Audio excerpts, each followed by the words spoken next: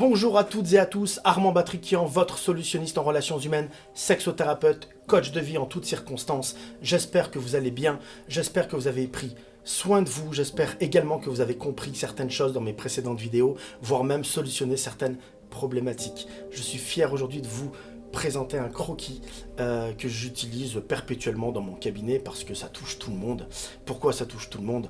Parce qu'on ne peut pas être heureux d'être heureux en couple si on n'est pas heureux d'être heureux seul. Et il s'intitule le 1 plus 1 égale point d'interrogation. Mais qu'on pourrait aussi appeler les 3 piliers de la durabilité d'un couple. Ce qui est très difficile aujourd'hui.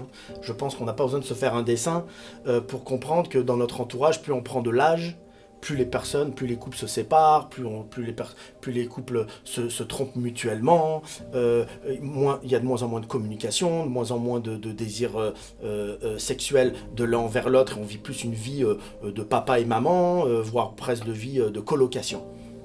Aujourd'hui, ce croquis va vous permettre de pouvoir comprendre comment on peut être heureux d'être heureux seul, et non pas avoir cette obligeance d'être aimé et d'aimer pour avoir un sens à sa vie. Et pour ça, qui êtes-vous? Et pourquoi? C'est un rapport à la première vidéo qui était « Qui suis-je et pourquoi ?» Ce qui me concerne vous concerne vous aussi, parce que vous avez une vie à mener, que vous soyez aimé ou pas, que vous ayez des enfants, que vous ayez un mari, une femme, des parents, quoi qu'il arrive, vous naissez seul, vous mourrez seul. Il faut que vous ayez des raisons de vivre autres qu'une dépendance affective envers votre homme, votre femme ou autre. Je vous fais voir tout ça. Là, vous avez le 1. Là, vous avez un autre 1. Ce 1-là, c'est vous. Vous qui êtes derrière l'écran. Homme, femme, que vous soyez jeune, moins jeune, que vous soyez en couple ou pas aujourd'hui, vous l'avez déjà été, ou peut-être que vous le serez dans peu de temps, ou en tout cas, je vous le souhaite. Ce 1-là, c'est l'autre personne. Donc, essayez de vous positionner là où vous avez envie. De toute façon, vous allez comprendre le croquis. 1 plus 1 est égal à 2. Mathématiquement, ça fait 2. Et 2, pourquoi? Parce que vous êtes deux entités différentes, de personnalités différentes, avec des vécus différents. Que ce soit des joies, que ce soit des peurs, que ce soit des souffrances, de la tristesse, de la réussite. Avec des rêves différents et des raisons de vivre différentes. Et c'est pour ça qu'on est dans la séparation là. 1 plus 1 égale 2. Parce que bien qu'aujourd'hui vous pourriez donner votre vie pour la personne, si demain elle n'est plus là, il faut bien que vous continuiez votre vie. Il y a encore des personnes qui sont censées vous aimer. Et que vous êtes encore censé aimer, mais sans vous oublier vous. 1 plus 1 égale 2. Donc pour toutes ces raisons-là. Et aujourd'hui, imaginons que ce soit ces deux murs. Voilà, deux murs séparés qui permettront de pouvoir tenir un toit et un sol. C'est une maison. Ça va ressembler à une maison à la fin, mais vous allez comprendre. 1 plus 1 égale 2. Et ce qui est primordial, c'est de pouvoir savoir qui suis-je? C'est-à-dire, à ce que vous puissiez vous poser la question de qui suis-je? Et pourquoi? Logique. Quelles sont vos passions? Quelles sont vos raisons de vivre? Je ne vais pas le répéter, encore une fois, vous avez compris. Mais également, quelles sont vos raisons de vivre?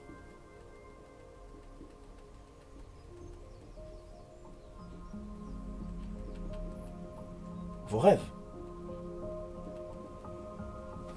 Mais aussi avoir un passé joyeux. Parce que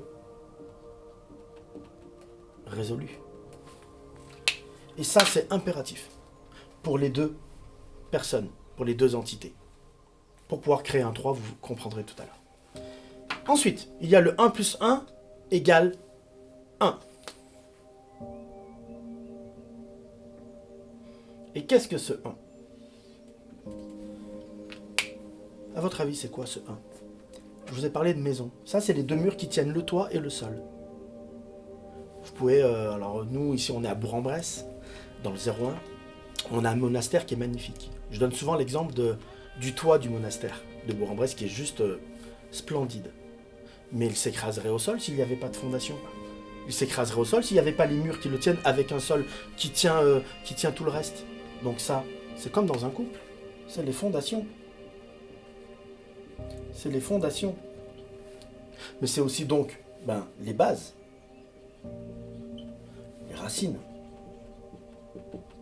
mais également les projets de vie.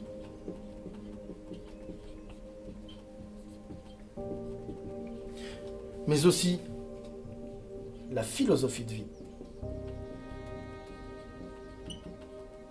Et, bien évidemment, la spiritualité. Et tout ceci,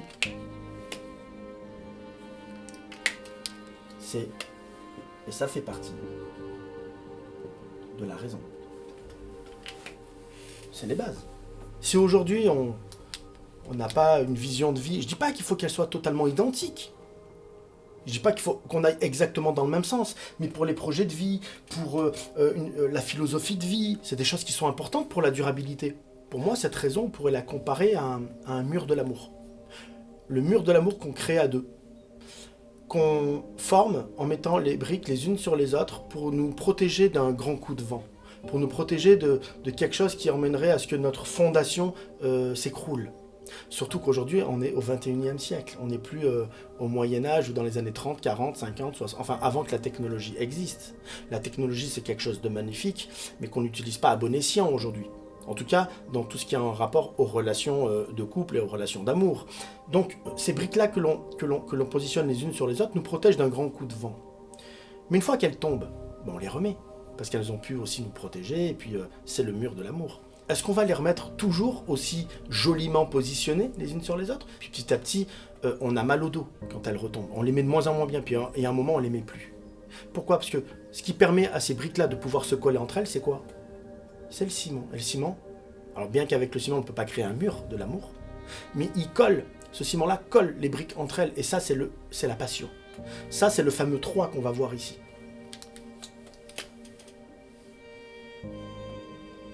Le fameux 3. La réalité de l'un, plus la réalité de l'autre, qui peut créer une troisième réalité qui va aux deux. Et ça, c'est impossible si les bases ne sont pas solides, et si chacun ne s'est pas posé ces questions existentielles. Qui suis-je et pourquoi? Réussir à se libérer un cœur, son cœur et son esprit d'un passé douloureux. Donc on le résout pour être et avoir un passé joyeux, pour pouvoir vivre votre vie au présent et ne pas avoir peur de l'avenir, c'est-à-dire avoir un présent et un avenir beau parce que votre histoire est rendue belle. Et avoir bien évidemment des raisons de vivre et puis des passions, que ce soit tout et n'importe quoi. Donc vous ne pouvez pas vous protéger du monde extérieur avec, je vais vous l'écrire rapidement, de la consommation, voilà, on comprendra. Ici aussi de la tentation, mais également de tout ce qui a un rapport aux comparaisons possibles qu'on n'avait pas auparavant. Petite anecdote. Pas une anecdote, mais une petite comparaison avec le temps des années 80, 90. Tiens, nos mamans, ceux qui sont de cette génération-là, allez nous chercher à l'école. Elles n'allaient pas parler avec d'autres mamans qui allaient chercher leurs enfants de ce qu'elles avaient fait le soir d'avant avec le papa. Sinon elles passaient pour, excusez-moi du terme, mais pour des catins.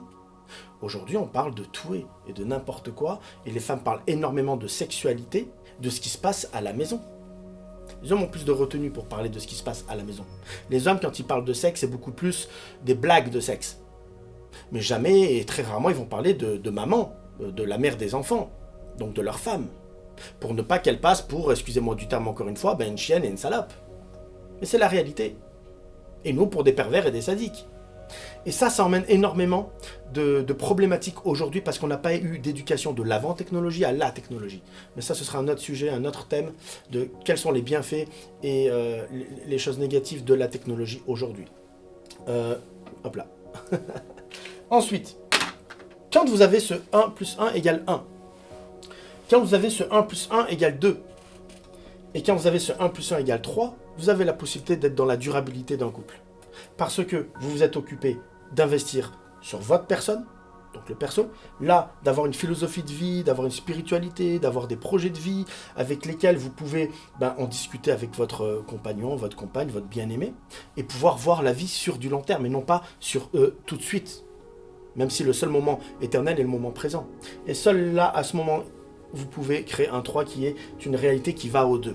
Maintenant, vous me direz, c'est bien beau de faire ce croquis. C'est bien beau le 1 plus 1 égale 1. C'est bien beau le 1 plus 1 égale 2. C'est bien beau le 1 plus 1 égale 3, mais comment on fait? Moi, je vais vous parler essentiellement du 1 plus 1 égale 2, là. Parce que la philosophie de vie, les bases, les racines, les projets de vie, ça, c'est les vôtres. C'est vrai qu'en cabinet, on peut travailler sur cette profondeur-là. J'ai beaucoup de gens qui viennent et qui ne s'aperçoivent de l'essentiel que quand on leur rappelle. L'essentiel, c'est manger, dormir, boire, mais aussi qu'est-ce que la vie, qu'est-ce que la mort, qu'est-ce qu'il y a après la vie, qu'est-ce qu'il y a après la mort, qu'est-ce que la mort pour eux. Vous avez certainement pu entendre dans la première vidéo où je parlais de ces fameuses planètes, des étoiles qui se trouvent à des milliards de kilomètres des unes des autres. D'ailleurs, je vous conseille de la regarder si vous ne l'avez pas vue, pour ceux qui ont vu que la troisième vidéo. Et ben là, je vais vous expliquer ce 1 plus 1 égale 2. Comment être heureux d'être heureux seul pour pouvoir l'être en couple.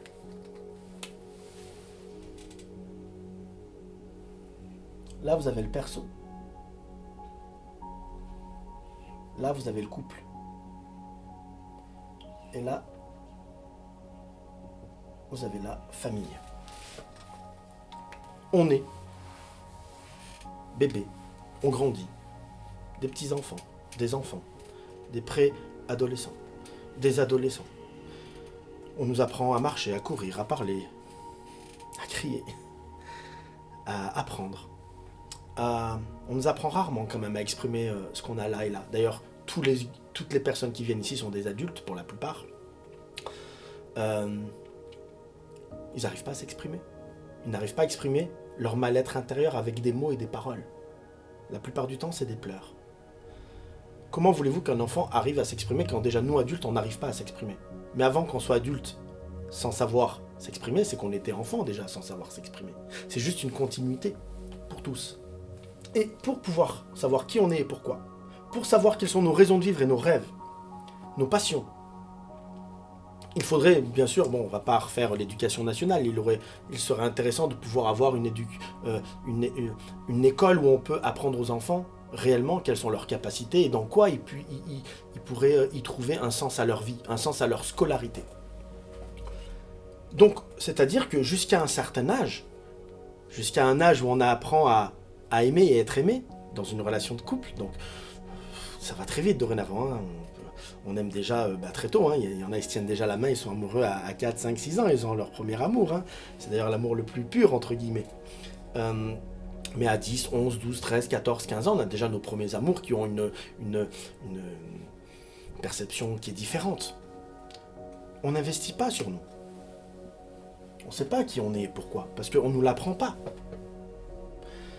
Mais on pense qu'on investit sur soi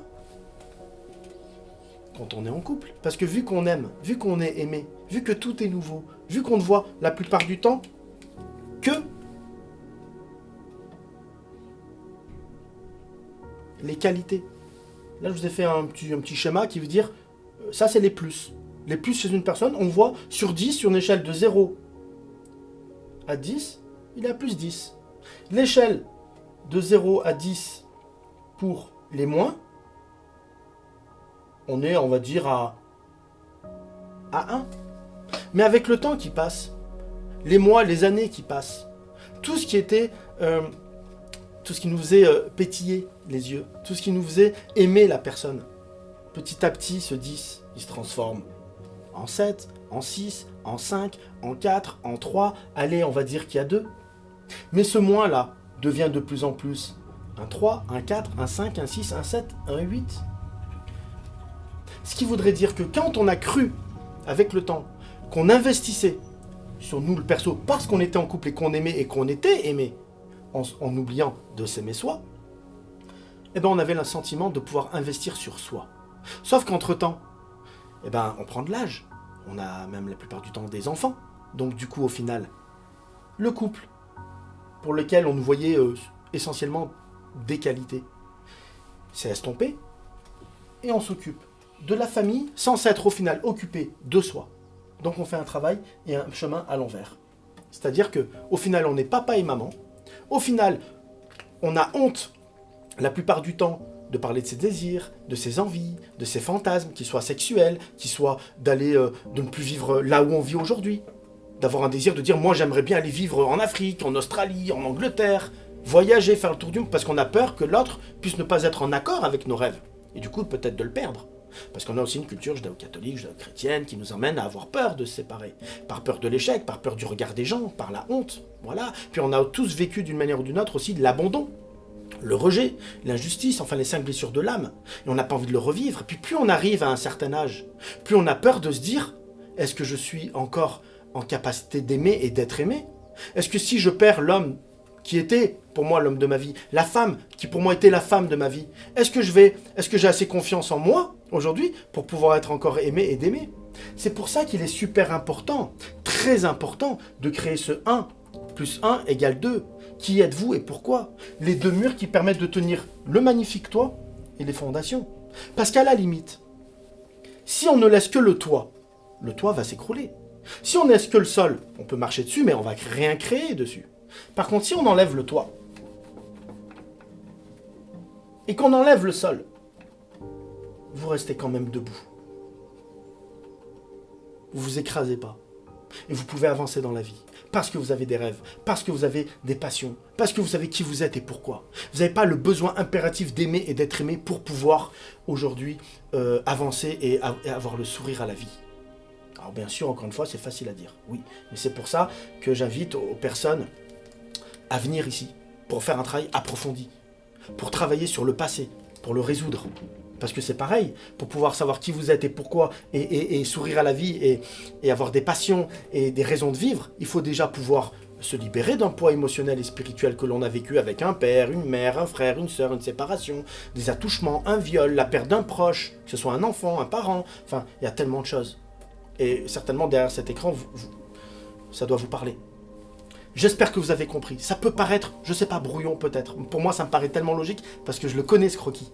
Maintenant, rien ne vous empêche de regarder la vidéo 2 fois, 3 fois, 4 fois. Et j'espère au final que ça pourra vous parler. Voilà. Bien évidemment, il y aura d'autres croquis. J'espère que cette vidéo vous a intéressé, qu'elle vous a plu, qu'elle vous a touché, qu'elle vous permettra de pouvoir vous questionner avec des vraies questions sur vous, non pas essentiellement sur l'autre.